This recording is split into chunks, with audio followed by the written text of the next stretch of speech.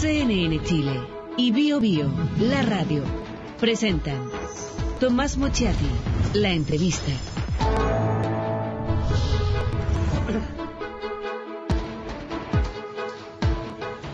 Muy buenas noches, ¿cómo está? Estamos a horas de las elecciones. Se resuelve, no hay que ser tan dramático, tampoco estos son los destinos definitivos del país, ni mucho menos, pero es importante.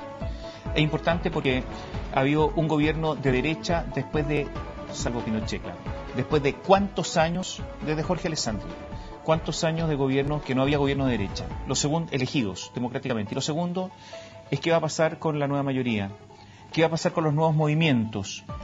¿Cuánto luna de miel va a tener si es que se elegía Michelle Bachelet y parece que va a ser elegida? ¿Cuáles van a ser los reacomodos del poder en Chile? Porque después de las elecciones siempre hay reacomodos del poder. Y de esto conversamos con... Y yo le preguntaba antes de comenzar, oye, ¿cómo? ¿Ex ministro es buena presentación? ¿Ex candidato es buena presentación? ¿Fundador de Fuerza Pública? Andrés Velasco está con nosotros. Hola. Encantado, buenas noches. ¿Qué tal? ¿Cuál es el mejor título? El que más acomoda. ¿Ciudadano? No, pero padre de 3 niños. Ex ministro, ex candidato. Cualquiera de los Fuerza Pública. Yo creo que, bueno, para no quedarnos pegados en el pasado, vamos al presente y al futuro. Alguien que está trabajando en un movimiento ciudadano que se llama Fuerza Pública. Oye, hace unos días en Antofagasta hubo un acto con Michelle Bachelet y algunos dijeron, al fin, cumplió con su palabra, honró con su palabra. Se demoró, pero cumplió. ¿Se demoró? Yo creo que no. Yo el 30 de junio, que fue el día de la elección primaria, dije lo que iba a hacer y lo hice. Yo dije, creo que la primaria fue buena, la primaria tiene reglas. Quienes estuvimos ahí firmamos un papelito que dice el que gana, gana, y los que no ganan apoyan a quien gana. Dije esa noche que Michelle Bachelet tenía mi voto. Hubo gente que estuvo conmigo en la primaria, que colaboró en el programa común, y dimos libertad de acción. Hay gente que lo hizo, hay gente que no la hizo. Y yo dije, si me invitan a colaborar, voy a colaborar. Eso hice, así de simple. ¿Y la invitación llegó inmediatamente? ¿Se demoró en llegar? Es que las cosas son más complejas, porque hay gente que está en gira, hay gente que no está en gira, estuve de viaje, en fin, pero cuando llegó lo hice con mucho gusto. ¿Quedan algunas heridas que, claro, vienen las cicatrices, pero las cicatrices se ven? Yo la verdad es que no lo veo así, para nada, al revés. Quizás voy a ser iluso en lo que digo, pero tengo la sensación de que tuvimos una buena primaria. Yo no gané, me habría encantado ganar, pero creo que fue una primaria competitiva, fue una primaria en que nos dijimos las cosas francamente, pero no fue una primaria en que la gente tirara lobo por tirarlo. Votó mucho más gente de lo que se había pensado, así es que yo me quedo con una sensación de deber cumplido. ¿Usted, Andrés, participaría en un gabinete de Michelle Bachelet, en el gobierno de Michelle Bachelet? No me lo han pedido, pero el 27 de junio, antes de la primaria, porque yo quería que los electores lo supieran, dije que si me lo pedían iba a decir que no. No me lo han pedido, pero si me llegaran a pedir, de nuevo voy a decir que no. ¿Por qué no? Porque yo creo que uno tiene que decidir desde dónde cree que puede colaborar más y mejor.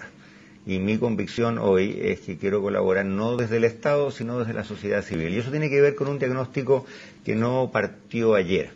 Yo creo que el progreso material y político de un país se hace desde el Estado, pero también se hace de la sociedad civil, desde los movimientos ciudadanos, desde las universidades, desde los centros de pensamiento. Y a mi juicio, un error reiterado de la centroizquierda es que cada vez que han llegado al poder, o hemos llegado al poder, yo también estuve en el gobierno y a mucha honra, todo el mundo se va al Estado y el resto queda desguarnecido. Yo creo que hoy la necesidad imperiosa, más allá de quien esté en la moneda, es renovar la política, y la política no se renueva desde un ministerio, se renueva desde los ciudadanos. Eso es lo que quiero hacer. Pero yo tengo la impresión que aunque Michelle Bachelet quisiera llamarlo al gobierno, le hiciera el ofrecimiento, tendría fuertes detractores al interior de la nueva mayoría, y que no podría hacerlo. No. O sea, en el Partido Socialista no vamos a decir que tiene buen ambiente. Con Camilo Escalona, con Andrade, yo creo que el ambiente es malito. Con los socialistas me llevé bastante bien cuando fui ministro. Y con el PPD no vamos a decir que va a tener buen ambiente. Es que depende quién en el PPD. Mira, bueno, los que dominan el PPD. ¿El presidente del PPD? Yo creo que una de las cosas buenas de la primaria es que dijimos las cosas como son, y yo no tuve pelos en la lengua para alabar a quien me parecía que había que alabar, y las prácticas cuando eran buenas, y criticar a quien haya que criticar. Y creo que parte de esta renovación de la democracia tiene que ver con sacarse los antifaces y decir las cosas como son. Y cuando ha habido prácticas políticas nocivas desde el lado de la coalición en la que yo he trabajado, lo dije así de simple. Si a algunos les gusta, espléndido. Si a algunos no les gusta, bueno, yo creo que la democracia tiene que ver con transparencia. Yo sé que la pregunta es indebida. Porque no es un tema, no, es que no es un tema de porcentaje, pero lo voy a hacer igual. ¿En qué porcentaje, en cuánto lo representa el programa de gobierno de Michelle Bachelet? No he leído las 198 páginas, son 198. No, no las he leído todas, obviamente lo he visto. Creo que hay cosas. Son letras grandes. Creo que hay cosas que están muy bien que estén ahí. Por ejemplo, me parece muy importante retomar el énfasis en la educación temprana en las salas cunas, porque ahí se gesta la desigualdad. Me parece súper importante hablar de una política industrial activa, de modo que la innovación y el crecimiento que a Chile le hacen falta no esperemos que caigan del cielo. Eso va a ocurrir con una colaboración del Estado y los privados. Hay un montón de ideas buenas. Con la misma claridad, y esto lo dije en la campaña primaria, no es que lo haya descubierto ayer, hay ciertas cosas que no comparto. Por ejemplo, yo no creo que corresponda que el Estado se gaste 1 punto del PIB y más financiándole la educación en universidades privadas a los jóvenes del 15 o 20% más acomodados. Lo dije entonces, lo digo ahora con mucha claridad. ¿Qué más no le gusta? La FP estatal. Es que la FP estatal no es que me guste o no me guste. Yo creo que el problema es que no resuelve los asuntos de fondo. En Chile hay mucha gente que tiene pensiones insuficientes porque los ahorros previsionales de los chilenos y las chilenas en su conjunto son insuficientes. Y eso tiene que ver con un mercado del trabajo que funciona mal, con 700.000 jóvenes, que algunos lo llaman ni jóvenes que ni trabajan ni estudian porque no tienen oportunidades, con muchas mujeres que trabajan sin contratos, sin cotizaciones.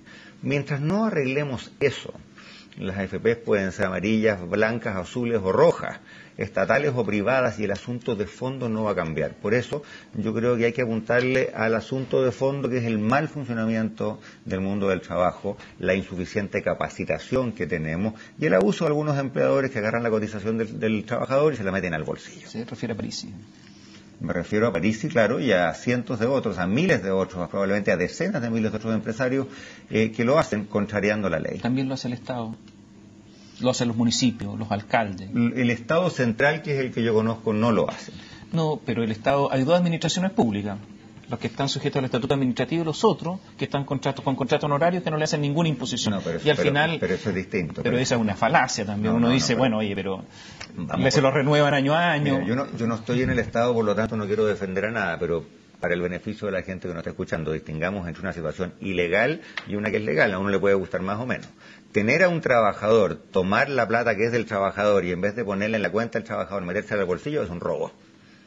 Tener a un trabajador a honorarios, porque su función es efectivamente temporal, es perfectamente legal. Andrés, usted sabe que en el Estado hay una enorme cantidad de funcionarios que están años a honorarios, no es temporal, y que si estuvieran en empresa privada, la Inspección del Trabajo los obligaría a contratarlos, ¿no es cierto? Fui cuidadoso, yo dije, si es que es temporal, porque en el caso de la temporalidad corresponde que la persona esté en horario. Naturalmente. ¿Qué ocurre de nuevo? Ese es el cinto, vámonos al problema de fondo. El problema de fondo es que tenemos un régimen de contratación en el Estado que es total y completamente hoy inadecuado a las necesidades del Estado. ¿Por qué? Porque en realidad subsisten 3 regímenes distintos. Hay un porcentaje de personas, como el 40%, que están en la planta, donde tienen estabilidad, pero no tienen carrera funcionaria, donde las evaluaciones de su desempeño son muy insuficientes. Después hay una cantidad importante de gente que está, como tú decías, a contrata, con contratos de 1 año, aunque sí tienen cotizaciones, y después la gente que está en horario. Yo no creo que haya 3 regímenes distintos, porque yo no creo que hay 3 calidades de funcionarios públicos. Me gustaría que hubiera uno, que no fuese ninguno de los anteriores. Cuando yo era ministro, hace 3 años que ya no lo soy, casi 4, le planteé una y otra vez a los sindicatos, a los gremios del sector público, sentémonos y pactemos un régimen distinto, más moderno, menos obsoleto. No hubo disposición. ¿No? ¿No quiere modernizarse? Yo creo que no quiere modernizarse, esa es la verdad. ¿Y el poder político quiere comprarse el conflicto? Tampoco. ¿Tampoco Michelle Bachelet? No lo sé, porque yo no estoy en su comando en este momento, pero lo que sí es evidente es que hacer una reforma del régimen de contratación es muy difícil. Nosotros lo propusimos. Si tu pregunta es, ¿el gobierno de Michelle Bachelet por la vida de sus ministros lo propuso? La respuesta es sí, lo propusimos. No nos fue bien. No hay ambiente. Es que no hubo ambiente. Y cuando hablaba del no pago de las cotizaciones, bueno, hay un montón de alcaldes o varios alcaldes que van presos justamente porque no pagan tampoco las cotizaciones. Así es. De hecho, en estos momentos hay alcaldes que no las pagan. No, absolutamente. Y de hecho, de todos los sectores políticos. Así es. Y de hecho, cuando hablamos de la reforma del Estado, muchas veces omitimos mencionar que aquel rincón del Estado, que no es un rincón pequeño, es un rincón grandote, donde precisamente hay más problemas de este tipo, hay prácticas insuficientes o derechamente malas, es muchas veces en los municipios. ¿Le gusta la reforma tributaria de Michelle Bachelet, el asunto del FUT? Hagamos un alto, porque Por es un supuesto, tema fundamental. encantado, eso es lo que se viene. Volvemos en un instante. Andrés Velasco está con nosotros esta noche y la pregunta quedó pendiente. ¿Cuánto le gusta el programa de Michelle Bachelet? Y fue específica, reforma tributaria. Primero que nada, despejemos algo clave. El próximo gobierno y el que siga van a necesitar más plata. El que nos cuente la historia de que el dinero crece en los árboles o que el crecimiento económico basta, sencillamente o no quiere hacer el cálculo o no ha tenido el tiempo para hacerlo. Porque pongamos un par de cifras sobre la mesa. Primero, este gobierno le va a legar al que viene un déficit estructural, es decir, de largo plazo, más allá de las fluctuaciones del precio del cobre, de 1 punto del PIB. Segundo, hay proyectos en curso en el Congreso que no están en el presupuesto, muchos de ellos que pueden costar 8,5 puntos del PIB. Ya tenés 1,5. Y cualquier reforma educacional, por austera que sea, vale, algunos dicen 1,5, otros dicen 2 y hasta 3 puntos del PIB. Digamos 1,5 puntos. Ahí tienes 2,5, 3 puntos del PIB que obviamente no se necesitan de la noche a la mañana. No es que el 12 de marzo del próximo año la plata haya que entregarla, pero el Estado va a necesitar más recursos. Y aquí yo creo que es de responsabilidad fiscal mínima que los candidatos digan, y así lo ha dicho la candidata Bachelet, que esa plata se va a necesitar. Esa es una discusión. Una discusión distinta, que ya es mucho más técnica, es exactamente cuál es el instrumento, si la recaudación debe venir por esta vía o por otra vía. Cuando yo estaba de candidato, de precandidato en las primarias, hice una propuesta que hablaba de recaudar 2 puntos del PIB y que utilizaba ciertos instrumentos. Hablábamos, por ejemplo, de subir el impuesto a las empresas a 23% del actual 20%. Hablábamos de modificar y hacer más amplio el pago de los impuestos específicos, de modo que no solamente los autos y los camiones, sino que las fuentes inmóviles también paguen el impuesto a la gasolina. Hablábamos de cerrar ciertos resquicios tributarios que a mi juicio son injustificables y se prestan para usos, como por ejemplo una cosa llamada los FIP, los fondos de inversión privados, que fueron creados con muy buenas intenciones, pero que en la práctica han sido un vehículo para ocultar platas y para no pagar impuestos. Y tú me preguntabas recién por el FUT. El FUT es curioso porque es una cosa muy compleja y muy técnica que se ha vuelto de repente objeto de discusión, y está bien que así sea. El FUT, expliquemos a la gente lo que es el Fondo de Utilidades Tributarias, donde una empresa va acumulando las utilidades que tiene, pero que sus propietarios aún no han retirado. Y parte de eso va a tributar eventualmente. Por lo tanto, una manera de concebir el FUT es como un préstamo que le hace el Estado, que va a ser el dueño de parte de esas platas, al dueño de la empresa. Mi propuesta fue que ese préstamo, como todos los préstamos, no sea a tasa de interés cero, sino que se le cobre a la empresa o al dueño de la empresa, lo que tiene varias ventajas. Una de ellas es que el Estado empieza a recibir la plata ya, no hay que esperar varios años, y por lo tanto ayuda a financiar algunos de los programas sociales que se han propuesto. ¿Le gusta el sistema que está proponiendo Michelle Bachelet? ¿Eliminar el FUT? Yo creo que mejor que eliminar el FUT es arrendar el FUT. ¿Qué problemas tiene eliminar el FUT? Un problema que tiene, y lo mencioné, me acuerdo que en el debate con Orrego, Gómez y con Michelle Bachelet, es que para las empresas grandes importa poco. ¿Por qué? Porque la empresa grande, si no, se endeuda con el fisco, y esto es una especie de deuda con el fisco, o el dueño acaudalado de una empresa se puede endeudar con un banco, y el banco le va a prestar. ¿En el extranjero? En el extranjero, en Chile. El que tiene plata no le cuesta levantar más plata. Eso es una de las cosas que sabemos. Pero para una pequeña empresa, este préstamo de facto puede ser importante. Y por eso nosotros decíamos que si el Estado, por ejemplo, se puede endeudar a 2 o 3%, porque hoy día las tasas mundiales están bajas, que le traspase esta capacidad de endeudarse a las pequeñas empresas haciéndoles este préstamo a 2 o 3%. Con lo cual hay una fuente de liquidez para las pequeñas empresas que si se abole el FUT, se elimina el FUT, puede ser necesaria. O sea, la eliminación del FUT es antipymes. Mira, yo creo que no hay que ser tan dramático. Antipymes se hace sugerir que es como el fin del mundo, es la guerra mundial. Pero es antipymes, pero puede tener un efecto en la capacidad de las pymes para invertir. ¿Y produciría más concentración económica entonces? ¿Qué te dirían algunos? Te dirían, bueno, porque también aquí la discusión se alarga, yo quiero ser justo con todos los argumentos. Hay gente que dice, eso no es así porque se va a poder depreciar instantáneamente toda inversión. Cosa que para la gente que nos está escuchando significa que si yo compro una máquina, el costo de esa máquina lo tiro todo a gasto y por lo tanto lo deduzco de mis impuestos en el primer año, no tengo que hacerlo en parcialidades a lo largo de varios años.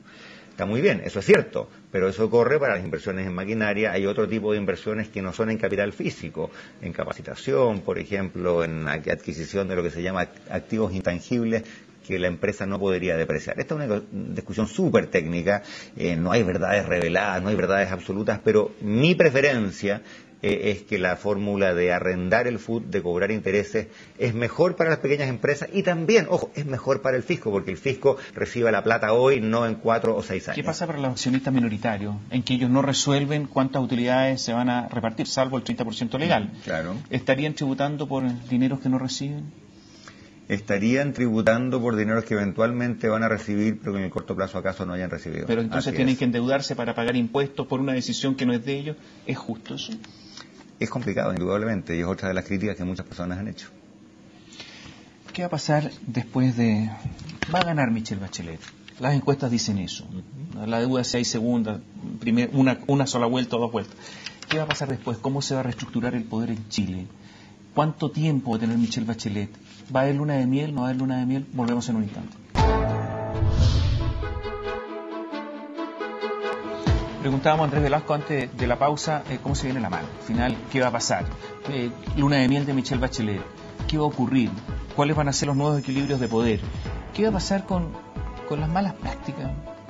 Crítico acérrimo de Guido Girardi, resulta que Guido Girardi figura central, yo diría, puede alcanzar incluso una mayoría nacional como senador.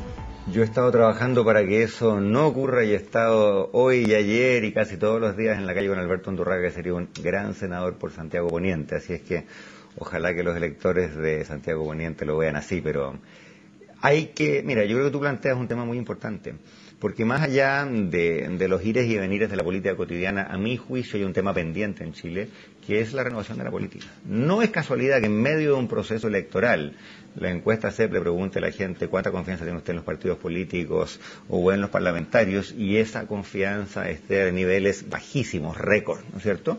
Y eso nos revela, bueno, y además tenemos el desafío de que la gente vaya a votar, ojalá que sea mucha gente la que vaya a votar, pero en la elección municipal del año pasado hubo mucha gente que se quedó en la casa. Y por lo tanto, las malas prácticas, por lo tanto la renovación de la política, la renovación de los elencos son desafíos. La renovación y el cambio del sistema político. Desde Fuerza Pública esto es un tema que vamos a poner en el centro del debate. ¿Por qué? Porque se ha hablado mucho de la reforma del binominal, pero digamos las cosas como son. No ha ocurrido porque hay muchos parlamentarios que cuando tú los invitas a un programa como este, les pones un micrófono en la solapa, te dicen sí, hay que cambiarlo. Pero acto seguido, camino a su casa, el parlamentario dice, bueno, es un pésimo sistema, pero tan malo no es porque, bueno, me elige a mí, yo soy un gran parlamentario. Porque voy con chofer a la casa, digamos. Yo no sé si va manejando o va con chofer, pero el dato es que nunca en la sala del Senado se ha puesto en votación un proyecto de modificación del sistema binominal. Pero Andrés, ¿qué va a pasar? ¿Es que el próximo gobierno va a tener esa capacidad o no? ¿Qué tantas esperanzas hay? Mira, no tengo bola de cristal, pero creo que el tema de la reforma política y de la renovación política llegó para quedarse. Ha estado muy presente en este proceso eleccionario y qué bueno que sea así. Hace 8 años, cuando hay gente que decía, yo estaba entre ellos, hay que modificar el binominal, era un tema exótico, un tema complejo, un tema que la gente realmente no la convocaba. Hoy día dejó de ser así. La discusión respecto del financiamiento de la política, el financiamiento de las campañas, que hace 2, 3 campañas atrás también preocupaba a un puñado de personas. Hoy día Transparencia Internacional en su capítulo chileno, hoy día Ciudadano Inteligente, las ONG han puesto el tema. Y aprovecho de decir, antes de que nos vayamos a otro tema, que es bien lamentable que, habiendo disponible un decálogo de buenas prácticas en materia de financiamiento que propuso Transparencia Internacional, su capítulo chileno, menos de la mitad de los candidatos al Parlamento han estado disponibles a ponerlo a la firma y a ceñirse. Hasta donde yo sé, creo que 4 de los 9 habían suscrito el compromiso. ¿Quiénes? No recuerdo la nómina entera, entiendo que Michelle Bachelet lo hizo, entiendo que Marco Enríquez lo hizo, no recuerdo los otros. ¿Cuánto ha cambiado usted, Andrés, después de la experiencia como ministro, como candidato, todos cambiamos? No es malo cambiar. He cambiado mucho, tengo bastantes más canas. Sí, pero uno cambia las convicciones también. Sí. Cambia los parámetros. Viendo los archivos, tomo un diario antiguo del año 1998. Domingo, diario El Mercurio dice: privatizaría todas las empresas del Estado. Está bien. Marco Enrique Dominavi quería privatizar hace 4 años parte de Codelco. Está bien, 10%. ¿Cuánto ha cambiado? ¿En qué se ha dado cuenta? ¿Cuánto ha renunciado de otras en cuanto a otras convicciones? Respecto de eso, es un tema que estuvo muy presente en mi gestión como ministro. Le metí muchas horas, hombre, y obtuve muchas canas, y pasé muchos malos ratos haciendo un cambio radical en la manera como se gobierna Codelco. Porque a mi juicio, y quizás el titular en ese sentido es parcial, a mi juicio la propiedad importa, pero mucho más que la propiedad importa la manera como se conduce una empresa pública. Y a mi parecer, lo clave es que Codelco siga siendo estatal, pero que tenga el mejor gobierno corporativo, la mejor manera de asignar los recursos. Y ahí hicimos una reforma importante. ¿Y siente que logró con Codelco eso? Porque la gente mira y dice, esos bonos que se pagan, Codelco está perdiendo plata en algunas divisiones. Mira, yo no sé. ¿Se logró? A ver, distingamos dos cosas que son muy distintas. ¿Es hoy el gobierno corporativo de Codelco infinitamente mejor de lo que era? No tengo ninguna duda que es así. Hay requisitos para estar en el directorio, hay directores autónomos nombrados por la alta dirección pública, hay normas contra conflictos de intereses, hay obligaciones de hacer pública la información.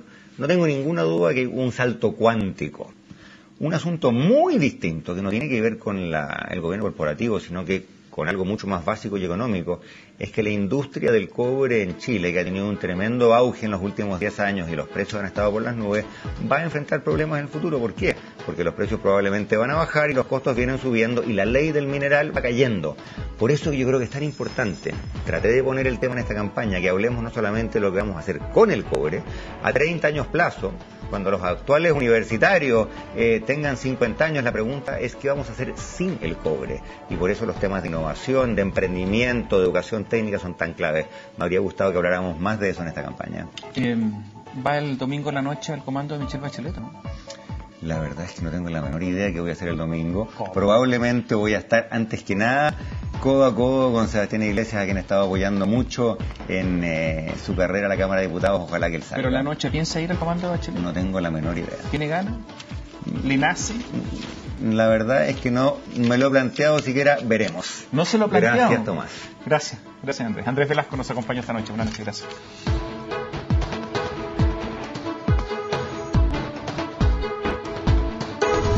CNN Chile y Bio Bio, la radio, presentaron Tomás Mochiati, la entrevista.